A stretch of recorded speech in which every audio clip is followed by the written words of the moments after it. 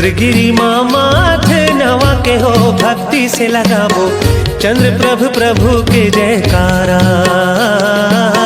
चंद्र प्रभु प्रभु के जयकारा। चंद्रगिरी मामा थे नवा के हो, भक्ति से लगावो चंद्र प्रभु प्रभु के जयकारा, चंद्र प्रभु प्रभु के जयकारा।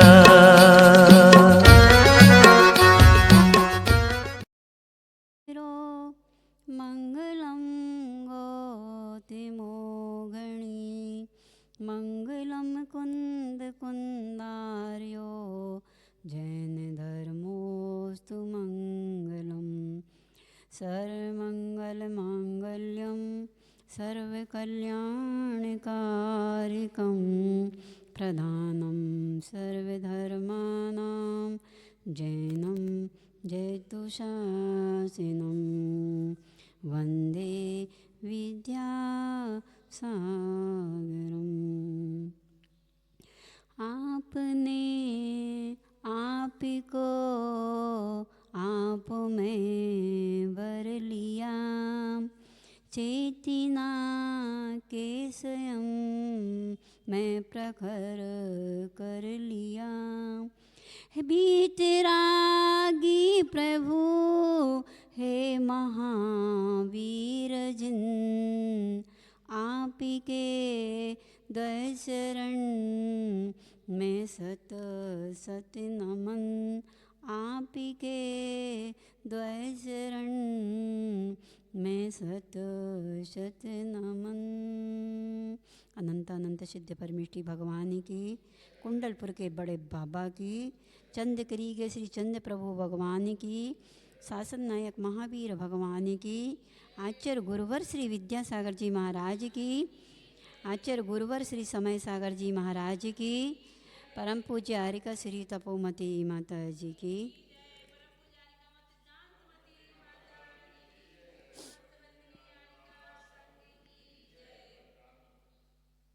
जहाँ आस्था है वहाँ रास्ता है, जहाँ आस्था नहीं है वहाँ रास्ता भी नहीं है। यदि हमारे जीवन में समीचीन आस्था होगी तो हम मुक्ति पा सकते हैं, और जीवन में यदि समीचीन आस्था नहीं है तो हम भटक भी सकते हैं। हम भटकते वैसे भी हैं, हमारी आस्था ऐसी नहीं है कि हमारी आस्था मर गई हो। हमारी आस्था, कोई की भी आस्था आज तक मरी है ना मरेगी, भले किसी और दूसरे पर हो। जैसे हमारी आस्था देवशास गुरु पर भले ना हो, लेकिन डॉक्टर पर, वकील पर, इंजीनियर पर और मास्टर पर, डॉक्टर पर, और तो और भविष्य वक्ता जो होते हैं, नाई पर, उन पर हमारी आस्था बनी रहती है। भले धर्म की में आस्था बने या ना बने, लेकिन लौकिक क्षेत्र में हमारी आस्था बनी रहती है। आप सोचते हैं कैसे? हम रोज़ मंदिर आते हैं, हमारे देवशास गुरु पर सही श्रद्धान है, लेकिन नहीं बंधुओं, हम कुछ कह नहीं सकते हैं। डॉक्टर जो होता है, और डॉक्टर के पास जब हम जाते हैं और डॉक्टर जैसे हमें बताता है कि देखो तुम्हें बहुत परहेज करना है, तुम्हें आलू प्याज भटा गोभी ये कुछ भी गलत चीज़ नहीं खाना है, और शाम को ही पानी पीना है, रात में पानी नहीं पीना है, रात में भोजन नहीं करना है, तो आप तुरंत कहेंगे ठीक, आपने ठीक कहा है, और बहुत खुश हो जाते हैं और पैसे और दे देते हैं। लेकिन यहाँ पर यदि साधु संत कहेंगे कि देखो भाई, रात में पानी नहीं पियो, रात में भोजन नहीं करो, क्योंकि जैन धर्म एक ऐसा धर्म है कि सूर्य के प्रकाश में ही भोजन बताया गया है। आप लोगों ने पढ़ा होगा तत्वार सूत्र में, उसमें लिखा है आलोकित पान भोजनानि पंच। ये बस बताया गया है कि आलोक यानी सूर्य के प्रकाश में ही भोजन करना। साधु संत बहुत कहते हैं, लेकिन हम त्याग नहीं कर पाते हैं। तो आपकी आस्था किस पर है? डॉक्टर पर, और आपकी आस्था है वकील पर।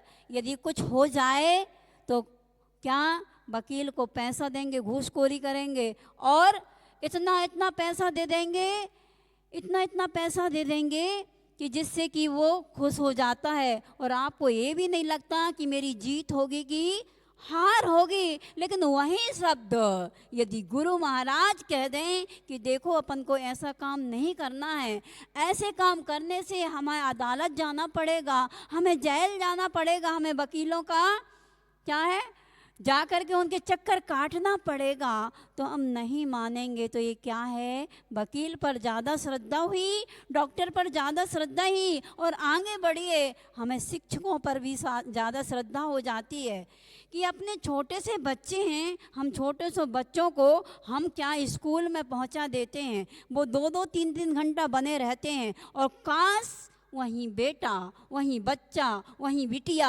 यदि 1 घंटे साधु संतों के पास बैठ जाती है तो खलबली मच जाती है। वहाँ खलबली नहीं मचती, क्योंकि वहाँ तो हमने स्वतः पहुँचाया है, और वो साधु संतों के पास स्वतः अपने आप आता है, तो वहाँ खलबली मच जाती है।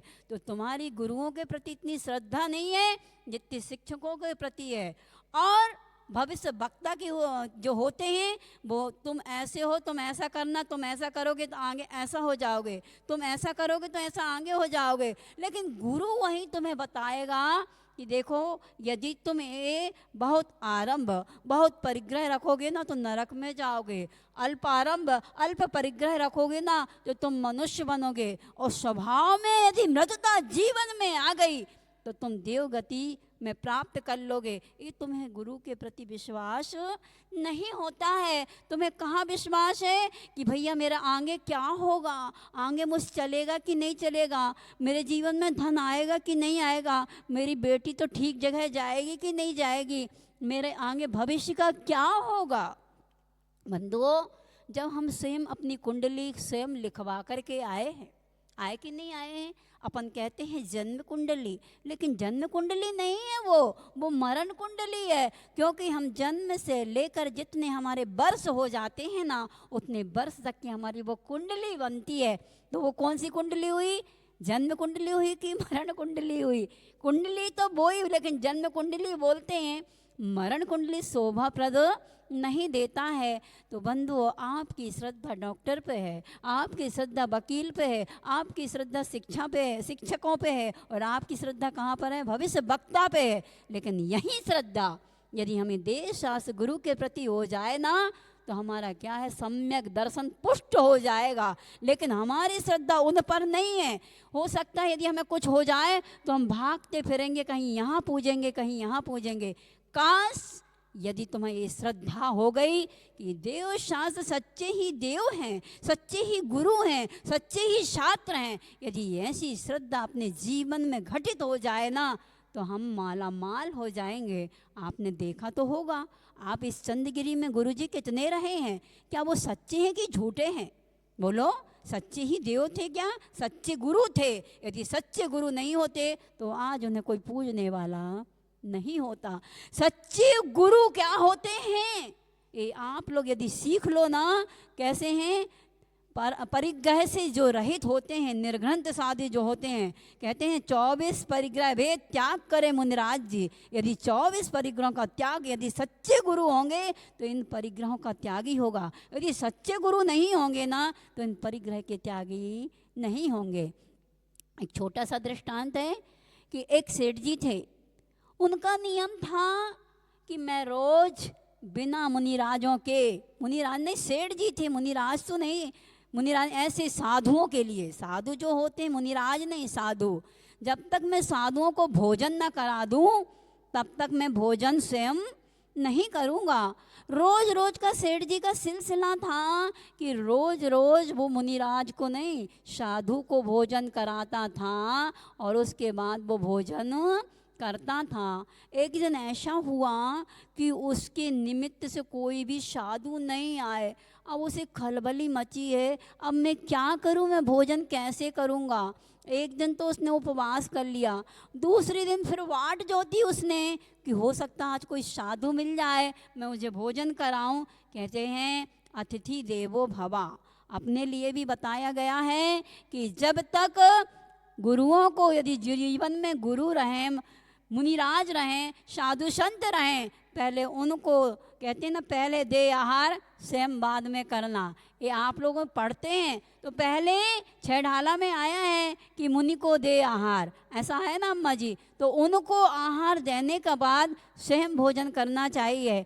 ऐसे ही वो सेठ जी था कि पहले वो साधु संतों को करवाता था। एक दिन हो गया, आज दूसरा दिन है, बाट जोत रहा है कोई आ जाए मेरे घर को पवित्र, मेरे भोजन को पवित्र कर दे, फिर मैं भोजन करूं।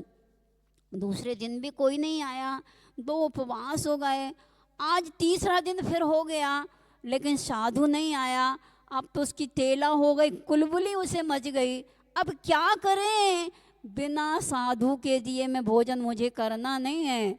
तो वो बाजार जाता है और 3 शक्कर के साधुओं को ले आता है। कितने? 3 शक्कर के साधुओं को वो ले आता है और वो अपने वहाँ चौके में जाकर के रख देता है। इतने में वो देखता जैसे बाहर आता है कि 3 साधु वहाँ से आ रहे हैं। वो बड़ा खुश हो जाता है कि चलो कम से कम आज मेरी पालना तो बहुत अच्छी होगी।